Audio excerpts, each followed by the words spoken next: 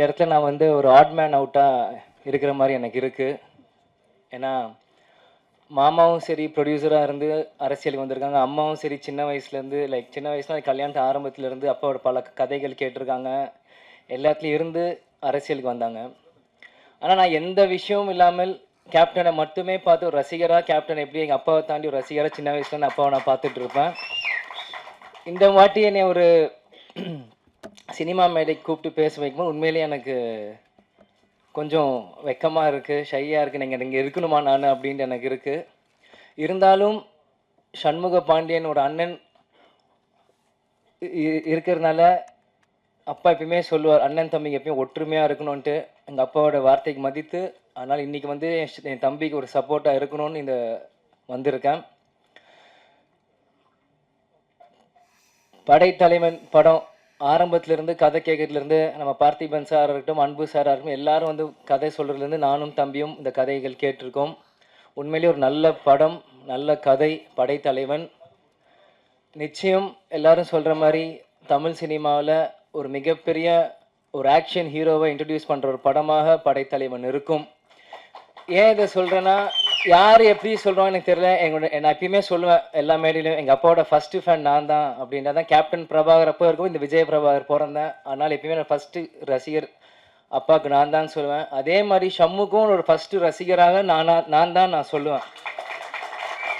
ஏன்னா அவன் பண்ண சகாப்தமாக இருக்கட்டும், மதுரை வீரனாக இருக்கட்டும், இப்போ பண்ண படைத்தலைவனாக இருக்கட்டும், நெக்ஸ்ட் வர கொம்பு சிவியாக இருக்கட்டும், எத்தனையோ படங்கள் பண்ணாலுமே அந்த சகாப்தம் படம் பண்ணும்போது மலேசியாவில் ஒரு ஷூட் பண்ணும்போது 100 ஃபீட்லேருந்து ஆக்ஷன் நாங்கள் கேப்டன் வந்து இல்லை டூப்லாம் போடலாமா என்னன்னு கேட்டுட்ருக்காரு. இவர் ஜம்ப் பண்ணிட்டான் மேலேருந்து.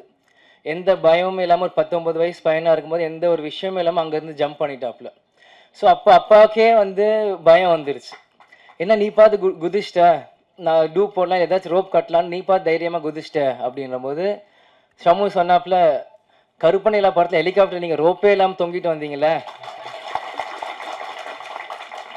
அது எங்களுக்காக பண்ணும்போது உங்கள் மகன் நான் வரும்போது உங்களுக்காக நான் 100 மாடியிலும் குதிக்கிறது எனக்கு என்ன, எனக்கு எந்த அச்சமும் இல்லை, உங்களுக்குள்ள அதே ரத்தம் தான் எனக்குள்ளேயும் ஓடிட்டு இருக்கு அப்படின்னு ஷம்மு சொல்லும்போது உண்மையிலே அந்த இடத்துல நான் வேந்து பார்த்தேன். அதே மாதிரி சகாப்தம் ஒவ்வொரு ஷாட்டுமே தம்பி எப்படிலாம் ஃபைட் பண்ணியிருக்கான்ட்டு எனக்கு தெரியும். கேப்டன் எங்கேயும் போல, அவர் படத்தில் நீங்கள் பாருங்கள், கேப்டன் திரையில் தெரிவார்.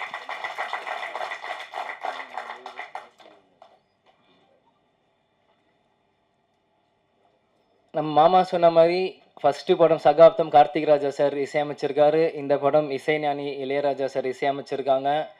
நெக்ஸ்ட்டு கொம்பு சிவி யுவன் சங்கர் ராஜா இசையமைச்சிருக்காங்க. கேப்டன் சொல்லுவார், ஃபஸ்ட்டு படம் எனக்கு எந்த மியூசிக் டைரக்டர் வேணால் எனக்கு ராஜா சார் ஃபேமிலியிலேருந்து தான் ஒருத்தர் இசையமைக்கணும் அப்படின்னு சொன்னால் தான் அன்றைக்கி கார்த்திக் ராஜா சார் இருந்தார். இன்றைக்கி இசைஞானி Ilaiyaraaja sir, next Yuvan Shankar Raja sir.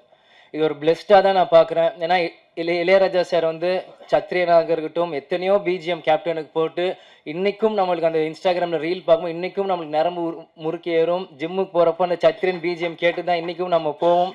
அந்த மாதிரி எவர்கிரீன் சாங்ஸ் கொடுத்துருக்கார்.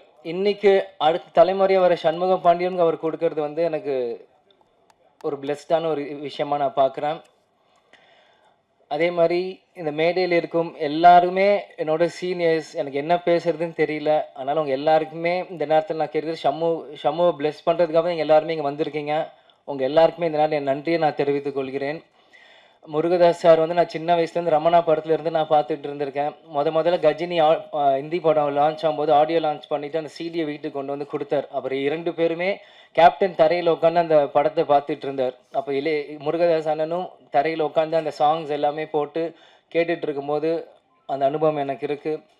பொன்ராம் சாரும் சசிகுமார் சாரும் இப்போ தற்சமயமாக ஷம்முகோட படம் பண்ணுறப்போ பழக ஆரம்பித்தேன். உண்மையிலேயே எப்படி நீங்கள்லாம் கேப்டனை சொல்கிறீங்களோ அதே மாதிரி நான் சசிகுமார் சார் மாதிரி நான் பார்க்குறேன். ரொம்ப டவுன் டு எர்த்தாக அவர் பழகிறதும், அவர் என்கிட்ட சில டாக் விஷயங்கள்லாம் என்கிட்ட பேசுகிறதும், அந்த மாதிரி பல விஷயங்கள் சசிகுமார் சார் நான் பார்த்துட்ருக்கேன். அதே மாதிரி நான் எந்த ஷம்மு பொன்ராம் சார் படம் கொம்பு சிவிக்கு போகும்போது கூட செட்டில் பொன்ராம் சார் வந்து அவ்வளோ ஆக்டிவாக அந்த ஷார்ட்ஸ் ரெடி பண்ணிட்டு இருந்தார் ஒரு போலீஸ் செட்டப்பில். அங்கே போய் பார்க்குறப்போ எனக்கு ஒரு தனி மரியாதை கொடுத்து என்னையும் அரவணைச்சு அந்த இடத்துல உட்கார வச்சு என்னையும் இப்படி பாருங்கள் தம்பி இப்படி நடிக்கிறார், இந்த ஷாட் இப்படி இருக்கு, எனக்கு ஒவ்வொன்றுமே சொன்னார். அதனால் பொன்ராம் சாருக்கும் நீங்கள் வந்திருக்கு நன்றி நான் தெரிவித்துக் கொள்கிறேன். கேப்டன் எப்பயுமே சொல்வார், நீங்கள் ஆர்டிஸ்ட் மேலே ஸ்பெண்ட் பண்ணுறதோட ஃப்ரேமில் ஸ்பெண்ட் பண்ணுங்கள் ஒவ்வொரு படமும் அப்படின்னு சொல்லுவாங்க. அது மாதிரி படைத்தலைவன் பார்க்கும்போது ஒளிப்பதிவாளர் சதீஷ் சார் வந்து ஃப்ரேம் பை ஃப்ரேம் உண்மையிலேயே சூப்பராக செஞ்சுருக்காரு. நேரத்தில் அவருக்கும் நான் என்னோடய விஷஸ் நான் சொல்லிக்கிறேன். அதே மாதிரி பார்த்திபன் அண்ணன் கதை சொல்லிட்டு வரும்போது முதல்ல அவர் நட்பை துணை முடிச்சுட்டு வந்து கதை சொல்கிறப்போ அவர் மேடையில் என்ன பேசணும் அதே தான் வீட்லேயும் சொன்னார். கேப்டன் பிரபாகர்னு டைட்டில் வச்சுருக்கேன்ட்டு, அது கிடைக்கலன்ட்டு. அது கேப்டன் பிளெஸிங்கான்னு தெரியல, அது எங்களுக்கு வரும்னு நினைக்கிறேன் அந்த டைட்டில் ஃப்யூச்சரில்.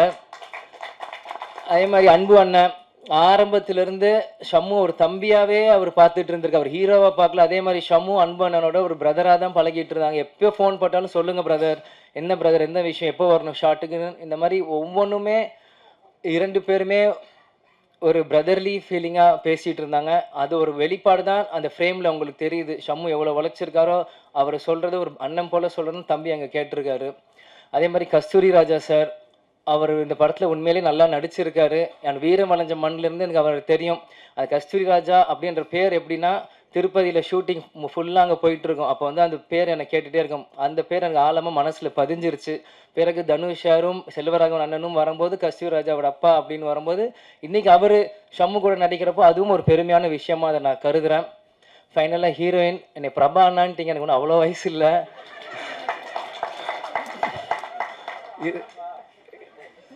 நீங்களும் இந்த படத்தில் நல்லா நடிச்சிருக்கீங்க. கேப்டன் நீங்கள் பார்க்க ஆஃபீஸ் வரும்போது உங்களை நான் சந்தித்தேன். உங்களுக்கு என்னோட பெஸ்ட் விஷஸ். நீங்கள் பிரபா ப்ரோ இல்லை இந்த மாதிரி எல்லோரும் கூப்பிடுங்க. இன்னும் அதனால் எல்லாருக்குமே இந்த நேரத்தில் என்னோட நன்றியை நான் தெரிவித்துக் கொள்கிறேன். கடைசியாக கேப்டன் ஃபேன்ஸுக்கு ஒரு வரப்பிரசாதமாக இருக்கும்.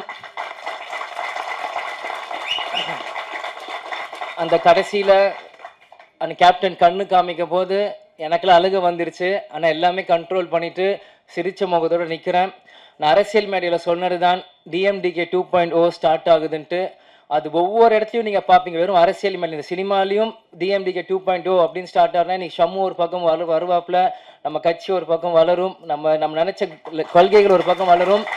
கேப்டன் விட்டுட்டு போன பணிகள் எல்லாமே நம்ம ஒன்று விடாமல் செய்வோம். அது சினிமாவாக இருந்தாலும் சரி, மக்கள் பணியாலும் சரி, அரசியல் இருந்தாலும் சரி. அதனால எல்லாமே இன்னைக்கு நாங்கள் இங்கே நிற்கிறோம், இந்த மேடையில் இருக்கிறோம். எல்லாத்துக்குமே அது காரணம் எங்கள் அப்பா, எங்கள் கேப்டன் மட்டும்தான். அவர் இல்லாத இந்த நேரத்தில் மக்களாக நீங்களும், பத்திரிகை நண்பர்கள் நீங்களும், என்னோட தம்பி உங்களோட சண்முக பாண்டியனை நீங்கள் வளர்த்து விடணும். அரசியல் மேடையில் முதல்ல கேப்டன் வந்து நீ போ அப்படின்னு சொன்னார். அப்போ வந்து என்னோட தொண்டர்களும் ரசிகரும் கூட இருக்காங்க, தைரியமாக போன்னு சொன்னார். அதே மாதிரி இன்னைக்கு சினிமா உலகத்தில் சண்முக பாண்டியன் வர்றப்போ மக்களும் பத்திரிகை நண்பர்களும் டெக்னீஷியன்ஸ் கூட இருக்க நம்பிக்கையில் இன்னைக்கு சண்முக பாண்டியன் உங்களுக்கு முன்னாடி நாங்கள் அமைச்சிருக்கோம். நாங்கள் எந்த ஃபிலிம் எந்த ஷூட்டிங் நாங்களாம் வரமாட்டோம், உங்களை நம்பி அமைச்சிட்டோம். இனி அவர் உங்கள் ஹீரோ. கேப்டன் எங்கள் சொத்து இல்லை, பொது சொத்து. அந்த பொது சொத்தோட வாரிசு சண்முக பாண்டியனும் உங்கள் சொத்து. அதனால் சண்முக பாண்டியன் மிகப்பெரிய ஹீரோவாக்குறது எங்கள் ஆசையை தாண்டி கேப்டனோட ஆசை. கேப்டனோட ஆசை என்னமோ அது உங்களோட கிட்ட நான் கொடுக்குறேன். அதனால் நிச்சயம் சண்முக பாண்டியன் மிகப்பெரிய ஹீரோவாக வரணும். நீங்கள் கொடுப்பீங்கன்னு நம்புகிறேன். கேட்பது என் உரிமை, கொடுப்பது உங்கள் கடமை.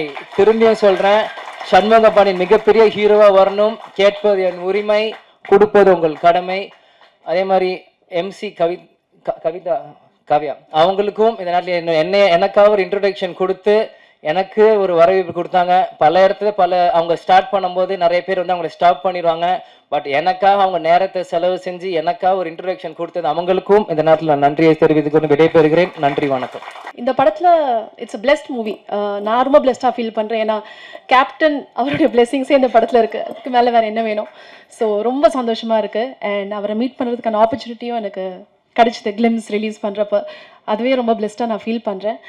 அண்ட் அஃப்கோர்ஸ் இதில் Ilaiyaraaja sir major part in this film. Lovely song sir. உங்களை பற்றி சொல்கிறதுக்குலாம் என்ன சொல்கிறதுனே தெரியல. ஒரு legend and lovely song sir. So அதுவும் எனக்கு ரொம்ப சந்தோஷமாக இருக்குது. அண்ட் இதில் ஒர்க் பண்ண டெக்னீஷியன்ஸ் உங்கள் சப்போர்ட் இல்லாமல் எதுவுமே இல்லை. Cameraman sir, Satish and stunt master எல்லாருக்குமே ரொம்ப தேங்க்ஸ் சொல்ல விரும்புகிறேன். And Parthiban sir for this amazing dialogues. ரொம்ப ஸ்ட்ராங்கான கேரக்டர் எனக்கு கொடுத்துருக்காங்க. And Shanmu, you been such a lovely costar. Very warm, very friendly. ரொம்ப கம்ஃபர்டபுளாக ஃபீல் பண்ண வச்சார். எல்லாமே சூப்பராக போச்சு. Main star of the evening அவரால் வர முடியல. வர முடியலன்னு இல்லை, வர முடியாது. நான் அந்த யானை தான் மணியன். ஸோ அவர் என் கூட வந்து ஐ திங்க் ஷண்முவோட தான் நிறைய சீன்ஸில் அவர் கூட இருந்துச்சு. ஸோ அவருக்கும் ஷண்முக்கும் நிறைய பாண்டிங் இருந்துச்சு அதில். a big animal with a small innocent heart, அதுதான் அவர் சொன்னது. நான் நிறைய பிக்சர்ஸ்லாம் பார்த்துருக்கேன் ஷண்மு அவரோட பாண்டிங்லாம். ஸோ அவரால் வர முடியல, பட் அவரும் நடிச்சிருக்காரு இல்லையா. ஸோ அவருக்கும் thanks for working patiently with us. And அவ்வளோதான், தேங்க்யூ ஸோ மச். அண்ட் கண்டிப்பாக ப்ரெஸ் மீடியா அங்கே வந்ததுக்கு ரொம்ப ரொம்ப நன்றி.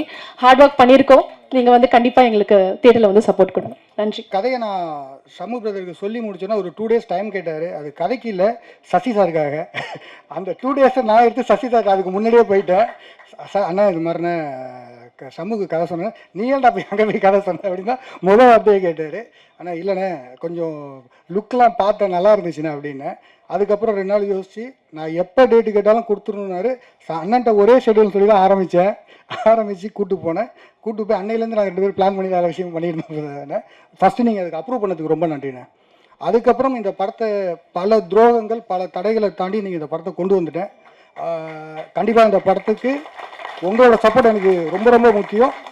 ஏன்னா இது எவ்வளோ இதுக்குள்ளே இன்டர்னலாக இதுக்குள்ளே எவ்வளோ இருந்துச்சுங்கிறது இங்கே அமீராவுக்கு வந்திருக்க KKR அண்ணா, அம்மா கிருஷ்ணன் சிவா சார், JSK அண்ணா, இவங்கெல்லாம் நைட் அண்ட் டே உட்காந்து இதை பேசி தான் இன்றைக்கி வந்து 23ஆம் தேதி இந்த படத்தை நம்ம கொண்டு வந்தாங்க. அதுக்கு முதல்ல எல்லாத்துக்கும் JSK அண்ணாவுக்கும் சிவா சார், அண்ணன் ரமேஷ் அண்ணனுக்கு ரொம்ப நன்றி. சசி அண்ணனுக்கு இந்த ட்ரெய்லர் கட் பண்ணோன்னா இதில் வந்து ஒரே விஷயம், இந்த படத்தை பொறுத்த வரைக்கும் நான் எது பண்ணினாலும் ஃபஸ்ட்டு சசி அண்ணன்ட்ட காட்டணுங்கிறது நான் ரொம்ப கிளியராக இருந்தேன்.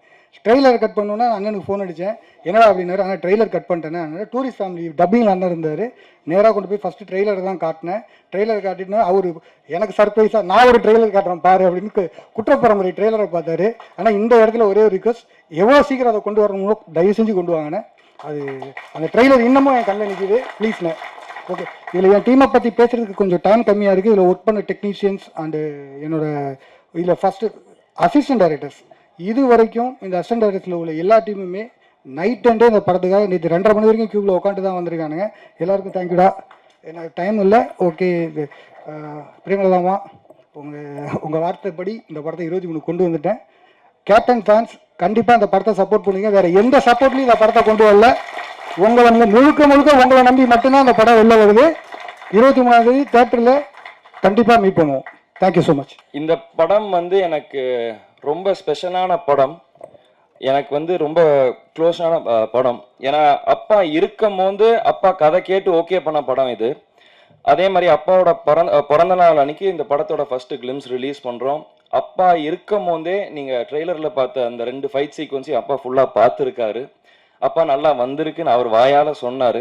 அதனால் எனக்கு இது ரொம்ப க்ளோஸ் டு மை ஹார்ட்.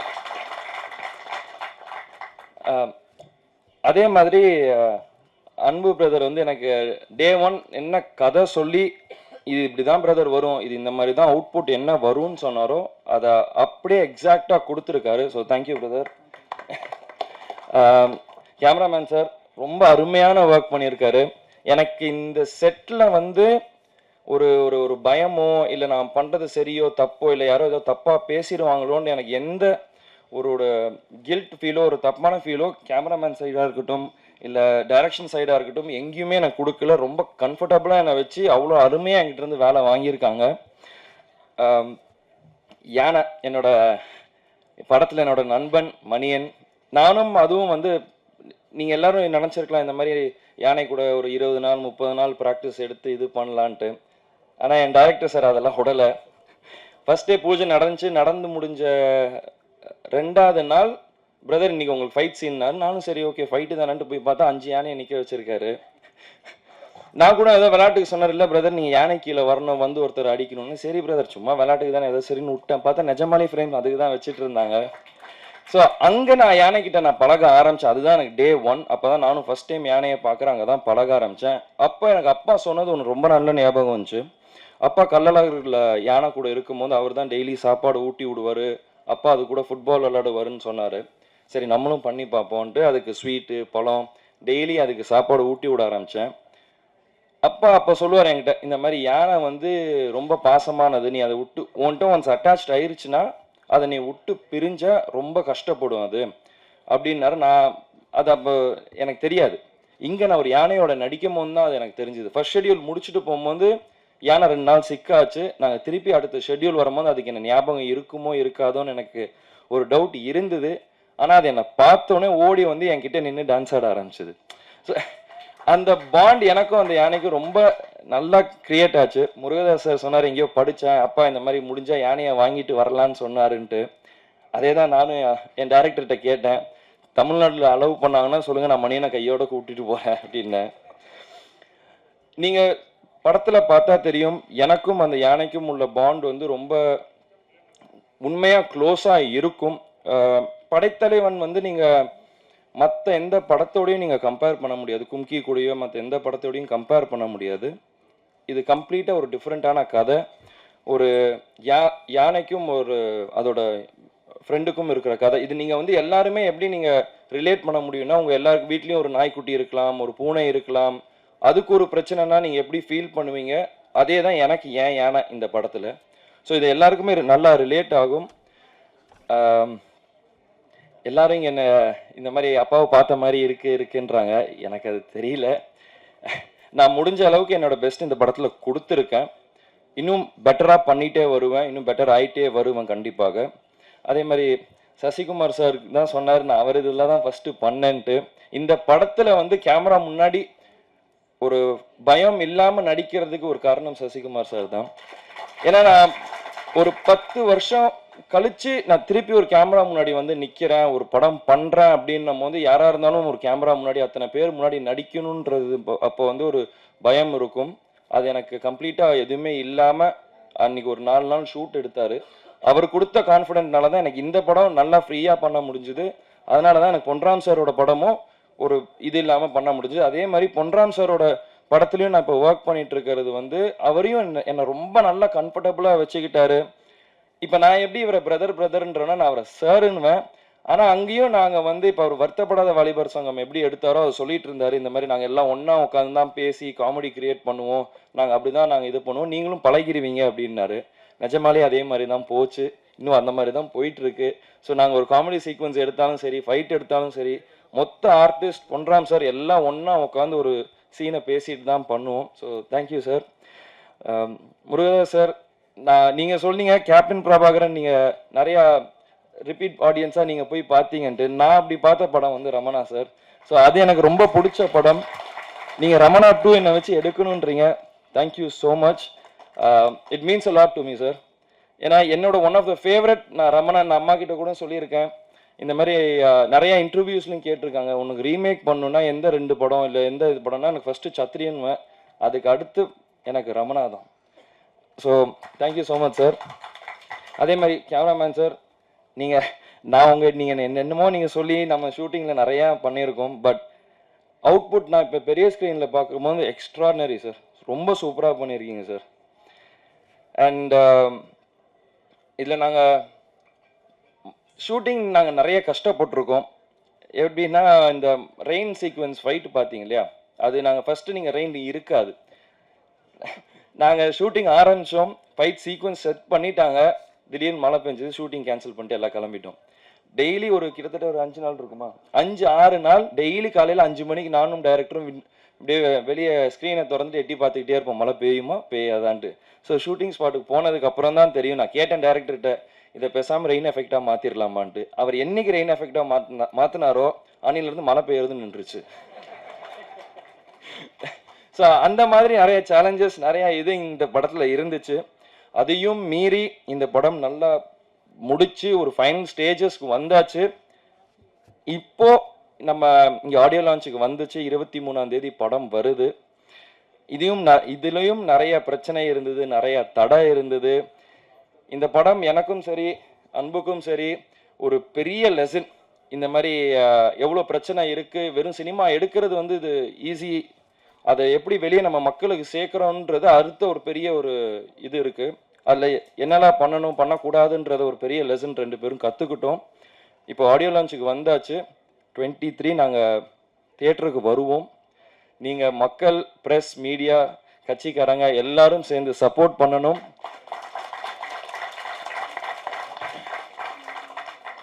நான் அதான் நான் முடிஞ்ச அளவுக்கு நான் பண்ணியிருக்கேன். மீண்டும் நான் இன்னும் பெட்டராக வாங்கிட்டே வருவேன். நீங்கள் எல்லாரும் தியேட்டருக்கு போய் இந்த படத்தை சப்போர்ட் பண்ணுங்கள். உங்கள் எல்லாருக்கும் கண்டிப்பாக இந்த படம் பிடிக்கும். இது ஒரு ஃபேமிலி என்டர்டெய்னராக இருக்கும். ஸோ நன்றி, வணக்கம். சாரி, அதே மாதிரி அண்ணன் சொன்ன மாதிரி எனக்கு ஒரு பெரிய பாக்கியம். என்னோட ஃபர்ஸ்ட் படத்தில் வந்து கார்த்திக் ராஜா சாரோட ஒர்க் பண்ணேன். அதுக்கப்புறம் Ilaiyaraaja sir, next Yuvan Shankar Raja sir. So ராஜா சாரில் இருக்க எல்லா நான் இதை சின்ன வயசில் இருக்கும்போது நினச்சிருக்கேன். ஏன்னா அப்பா சொல்லுவார் நாங்கள் ரொம்ப க்ளோஸ். இது எல்லாம் நான் ஃபஸ்ட்டு படம் பண்ணும்போது கார்த்திக் ராஜா சாரோட பண்ணும்போது என்னோட ஃபஸ்ட்டு தாட்டே இதுவாக தான் இருந்துச்சு. என்னைக்காச்சும் ஒரு நாள் இளையராஜா சார் கூட ஒர்க் பண்ண முடியுமா, இல்லாட்டி யுவன் சங்கர் ராஜா சார் கூட ஒர்க் பண்ண முடியுமான்னு தான் நான் நினச்சேன். நினச்சபடியே எனக்கு வந்து இது அமைஞ்சிருக்கு. அப்பாவோட ஆசீர்வாதத்தினால தான் நடந்துச்சுன்னு நான் நினைக்கிறேன். அதே மாதிரி இளையராஜா சார் ரொம்ப ஸ்வீட். நான் எத்தனை வாட்டி நாங்கள் அங்கே போய் நாங்கள் சாங்ஸ் நாங்கள் பார்த்தாலும், ரீ ரெக்கார்டிங் ஆடியோ உட்காந்தாலும் அவர் அன்புக்கு ஏற்ற மாதிரி, அவர் அதுக்கு ஏற்ற மாதிரி கரெக்டாக கொடுத்தாரு. நானும் இது வரைக்கும் 2-3 வாட்டி பார்த்துருக்கேன், பேசியிருக்கேன். படத்துக்கு நானும் இன்னும் படத்தை பார்க்கல, இனிமேல் தான் படத்தை பார்க்கணும். ஸோ மியூசிக்ஸ் ரெண்டுமே அற்புதமாக வந்திருக்கு. So thank you so much sir, and thank you. தேர்தலில் அரசியல் மேடைகளில் நான் பேசியதை நீங்கள் எல்லாரும் பார்த்துருப்பீங்க. சினிமா ஃபங்க்ஷனில், அதுவும் ஒரு ஆடியோ லான்ச்சில் பேசுறது இதுதான் நான் ஃபர்ஸ்ட் டைம். சகாப்தம் படம் வந்து ரிலீஸ் ஆனப்போ கேப்டன் இருந்தாங்க. அப்போது என்னை வந்து பேச சொல்லி அழைச்சார். நான் சொன்னேன், இல்லை இது சினிமா, அதனால் நீங்கள் மற்றவங்கெல்லாம் டெக்னீஷியன்ஸ்லாம் பேசட்டுங்க, நான் பேசலை அப்படின்னு சொன்னேன். மேபி அது தப்போ அப்படின்னு நான் ஃபீல் பண்ணுறேன். ஏன்னா கேப்டன் வந்து ஒரு அம்மாவா நீ வந்து அவனை வந்து ஸ்டேஜில் நீ வாழ்த்தணும் அப்படின்னு கேப்டன் சொன்னார். அன்னைக்கு சரி சினிமா ஃபங்க்ஷனில் நம்ம எதுக்கு பேசணும் அப்படின்னு நினச்சேன். பட் நான் இன்னைக்கு சொல்கிறேன், சண்முக பாண்டியன் அம்மாவா மட்டும் கிடையாது, உங்கள் அன்பு சகோதரியாக கேப்டன் பெற்றெடுத்த சண்முக பாண்டியனை இனிமேல் உங்களிடம் நான் ஒப்படைக்கிறேன். பத்திரிகை நண்பர்களிடமும் தமிழக மக்களிடமும் நான் வந்து சினிமா துறையை சேர்ந்த அனைவரிடமும் அவரை நான் வந்து ஒப்படைக்கிறேன். எல்லாரும் பேசுவாங்க, நிறைய நான் பார்த்துருக்கேன். கேப்டன் கூட 33 வருஷம் வாழ்ந்திருக்கேன். கேப்டனை பற்றி பேசுறது இன்னைக்கு அவர் மறைவுக்கு பிறகு டெய்லி அத்தனை யூடியூப்ஸ்லையும் கேப்டனுடைய பழைய காலிய நினைவுகள், பேச்சுக்கள் எல்லாம் வரும் பொழுது கேப்டன் அப்படி பண்ணார், இப்படி பண்ணார், நிறைய விஷயங்கள் நான் பார்க்குறேன். கேப்டனுடைய 2 புதல்வர்கள். கேப்டனுக்கு 2 தொழில், ஒன்று சினிமா, இன்னொன்று அரசியல். கேப்டனும் நானும் இது அவங்க 2 பேரும் பிறந்த போதே முடிவெடுத்த ஒரு விஷயம். அப்பாவின் பாதையில், சிங்கப்பாதையில் விஜய் பிரபாகர் அவர்களும், யானை பாதையில் இளையவர் சண்முக பாண்டியன் அவர்களும் அவங்க அப்பாவுடைய கனவு லட்சியத்தை நிச்சயமாக வென்றெடுப்பார்கள் என்பதில் ஒரு அம்மாவை எனக்கு எந்த டவுட்டுமே கிடையாது. ஏன்னா கேப்டன் நானும் அவங்கள அப்படி தான் வளர்த்துருக்கோம். கேப்டன் சொல்லுவார், சொல்லி சொல்லி வளர்ப்பார். பிரபாவை வந்து அண்ணான் தான் சொல்லணும், தம்பி. அது மட்டும் என்னைக்கு கடைசி வரைக்கும் அவர் ஒத்துக்கல. அதையும் இன்னைக்கு வரைக்கும் சண்முக பாண்டியன் அதை கரெக்டாக கீப் அப் பண்ணுறாரு. ஏன்னா அந்த பாண்டிங், அந்த ரெஸ்பெக்ட், அது இருந்தால் தான் நம்ம வாழ்க்கையில் ஒற்றுமையாக பல சாதனைகளை செய்ய முடியும் என்பதில் கேப்டன் உறுதியாக இருந்தார். அதையே பிள்ளைகளுக்கும் நாங்கள் சொல்லி கொடுத்து அவங்கள வளர்த்துருக்கோம். நீங்கள் எல்லாரும் சொன்னீங்க, டவுன் டு எர்த்தாக இருக்காங்க, அப்பா மாதிரியே உதவி செய்கிறாங்க, எல்லாரோடையும் சகஜமாக பழகுறாங்க அப்படின்னு. இன்னைக்கு இல்லை, இன்னும் எத்தனை ஆண்டு காலம் ஆனாலும், உச்ச நட்சத்திரமாக சண்முக பாண்டியன் அவர்கள் வந்தாலும், இன்னைக்கு எப்படி உங்க அத்தனை பேரிடமும் எளிமையோடும் உங்கள் அன்பு சகோதரர் போல டவுன் டு எர்த்தா இருக்காரோ அப்படிதான் இருப்பார். ஏன்னா சின்ன கை குழந்தை கேப்டன் மேக்கப் போடுவார். நான் 6 மணிக்கெல்லாம் கேப்டன் கிளம்புவார். உங்களுக்கு எல்லாருக்கும் தெரியும். 9 o'clock வித் மேக்கப் ஷூட்டிங்கில் இருக்கணும்னா 6 o'clock இறங்கி கீழே வந்துடும் எங்கள் ரூம் மேலே. கை குழந்தை அவனை தூக்கிட்டு நானும் கீழே வந்துடுவேன். ஏன்னா அவருக்கு நான் டிஃபன் கொடுக்கணும், அவருக்கு வேண்டிய எல்லாம் செய்யணும்னு. அப்படியே பார்த்துக்கிட்டு இருப்பான் அவங்க அப்பாவை. அப்போ ரொம்ப கைக்குள்ள அழுவான், ரொம்ப ஜாஸ்தி. எதுக்கு இவன் அழுகிறான், மூக்கில் லைட்டாக அப்புறம் ஒழுகும் அவருக்கு. கிளம்புவார் ஷூட்டிங்க்கு. நான் சொல்கிறேன், அதெல்லாம் எனக்கு நினச்சா எந்த சங்கோச்சமும் கிடையாது. மூக்கில் ஒழுங்கும், மேக்கப் போட்டிருப்பாரு, ட்ரெஸ் போட்டிருப்பாரு, வண்டி ஏற போகும்போது அப்படியே வந்து தாவான். அப்படியே அழகா அந்த மூக்கை தொடச்சி விட்டு கண்ணை தொடச்சி விட்டு ஒரு முத்தம் கொடுத்துட்டு தான் போவார். அதே மாதிரி தான் விஜய் பிரபாகர். ஏன் அதை சொல்றேன்னா, ஒரு அப்பாவாக அவ்வளோ ஒரு ஆசையா பிள்ளைகளை வளர்த்தார் கேப்டன். இன்னைக்கு 2 பேரும் இன்னைக்கு அவங்க அப்பா இல்லாததை ரொம்ப ரொம்ப ரொம்ப மிஸ் பண்றாங்க. இங்க கேப்டன் இல்லைன்னு நான் நினைக்கவே இல்லை. இங்க தான் இருக்கார் கேப்டன். இந்த ஆடியோ ஷோவில் இன்னைக்கு ஆடியோ லான்ச்லையும் இங்கே தான் கேப்டன் இருக்கார், நம்மோட தான் இருக்கார். அதில் எனக்கு எந்த மாற்று கருத்துமே கிடையாது. இந்த இடத்தில் கேப்டன் இருந்து அவருடைய நல்லாசியுடன் அவருடைய வாழ்த்துக்களுடன் தான் இந்த ஆடியோ லான்ச் நடந்துக்கிட்டு இருக்கு. அதில் எந்த மாற்று கருத்துமே இல்லை. அதே மாதிரி சண்முக பாண்டியனை பார்த்தீங்கன்னா ஒரு டென்ஷன் இருக்கும் ஏதாவது வாழ்க்கையில்.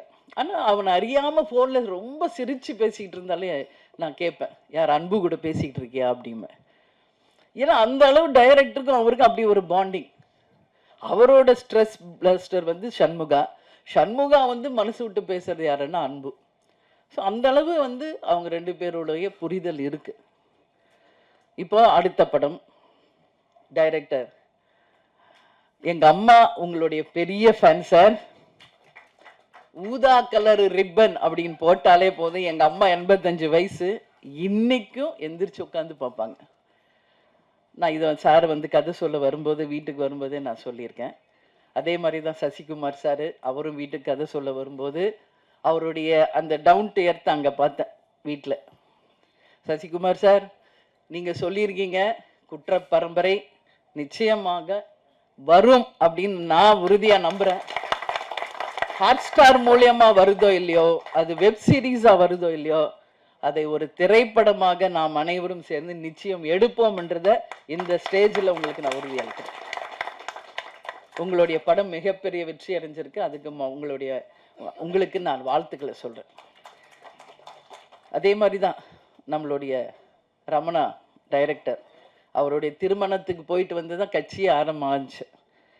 அதனால எல்லாருமே கேப்டனோட பாண்டிங் தான். இதில் யாருமே கேப்டன் உடைய அந்த நட்பு இல்லாமல் யாருமே கிடையாது என்பது உங்கள் எல்லாருக்குமே தெரியும். விஜய் பிரபாகர் தம்பி வந்து ஸ்டோரி சொல்லும்போது அவரும் உட்காந்து கேட்பார். ஸோ நான் ஒரே ஒரு விஷயம்தான் சொல்கிறேங்க, படைத்தலைவன் ஒரு அனிமலுக்கும் ஒரு மனிதருக்கும் இருக்கின்ற அந்த அன்பின் பாலம். ஒவ்வொரு வீட்லேயும் நம்ம டாக் வளர்க்குறோம், பெட் அனிமல்ஸ் இருக்குது. வீட்டில் எப்பவுமே கேப்டனும் சரி, நானும் சரி, பிரபாஷமும் எல்லாமே ஒரு பெட் லவர்ஸ். நம்ம வீட்டில் எவ்வளோ டாக்ஸ் இருக்குன்றது உலகத்துக்கு தெரியும். அவங்க அன்பாக வளர்க்குற கிளி எத்தனை இருக்குன்றது உங்களுக்கு தெரியும். மீன் இருக்குது. அதே மாதிரி சண்முக பாண்டியனுக்கு ஒரு லக்கு, மதுரை ஃபஸ்ட்டு சகாப்தம் பண்ணார். அவங்க மாமா ப்ரொடியூசராக இருந்து வல்லர் அவர் சுதீஷ் எடுத்தது. அடுத்தது மதுரை வீரன். அதில் பார்த்தா ஒரு ஜல்லிக்கட்டு காலை.